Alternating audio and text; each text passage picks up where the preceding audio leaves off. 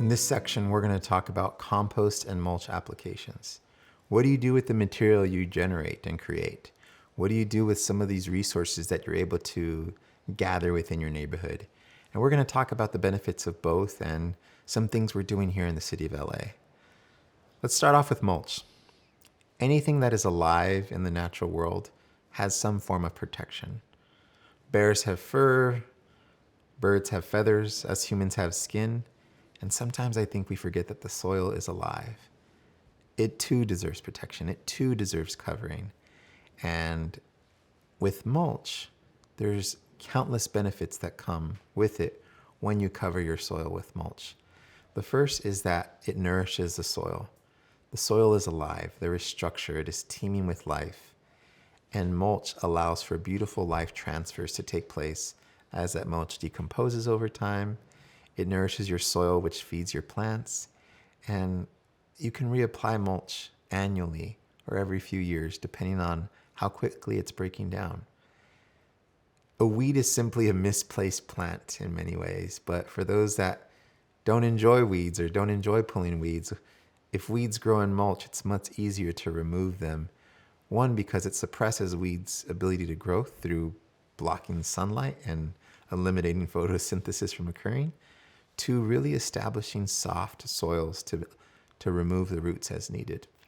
Here in Los Angeles, water is a pressing issue and will remain a pressing issue, but it helps retain water. It serves almost like a sponge that allows for water to be readily available even days after a rain. It helps regulate the temperature within the soil.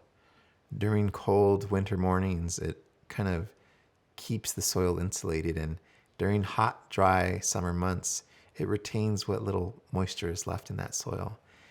When soil is exposed and on a slope, sometimes erosion takes place, both with wind, rain, or other natural elements.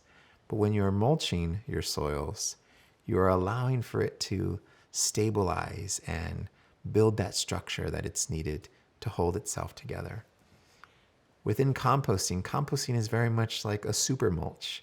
It can be used as a top dressing, it can be used within new plantings, and it can also be used in what we call a compost tea. Essentially, you're taking the physical form and version of compost and allowing for it to multiply the goodness by converting it to a liquid form.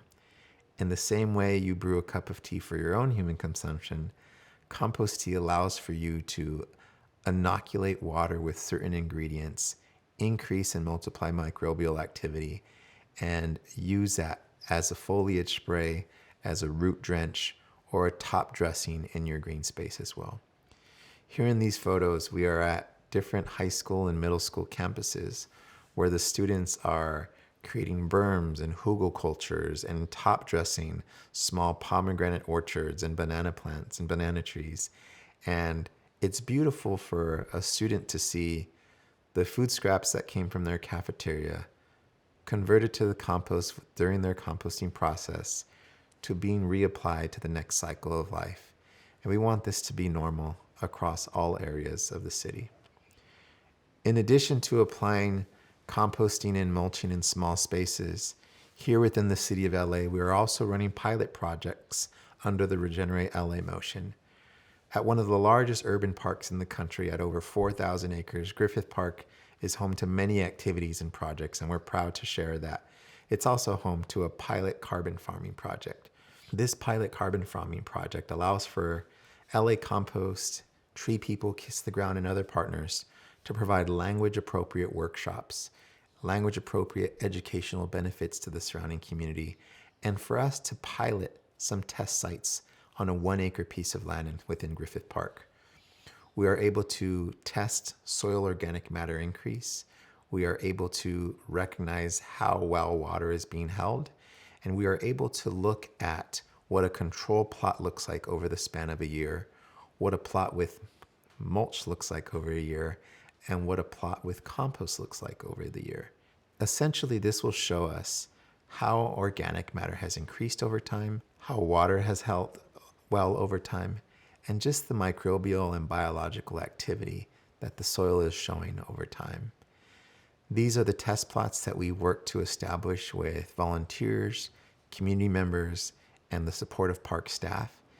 And it's beautiful just to show within an urban environment that the studies of Marin County and of grasslands and of farmlands can also be applied in urban parks and urban green spaces. And when these studies come back, and if and when they show positive results, we want to ensure that this happens in parkways, in sidewalks, in food growing areas, in smaller pocket parks and schools as well. So composting mulch can be applied in many ways. Compost tea, top dressing with your new plantings during your seasonal plantings. And it's very rare that you have too much compost that you don't know what to do with. The best thing about composting is it can also be shared. If you have plenty, if you have used it within your green space, there's always someone looking to enrich their soils. And perhaps not. Not all soils need compost. Not all plants need compost. The beauty of compost is that it adds life, structure, porosity to our soils.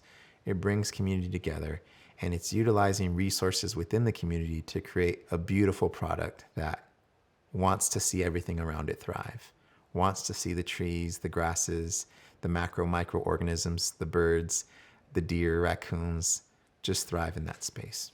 So you're going to learn by doing, but from indoor, outdoor plants, large-scale orchards to small-scale orchards, mulch and compost are always a benefit within those soils.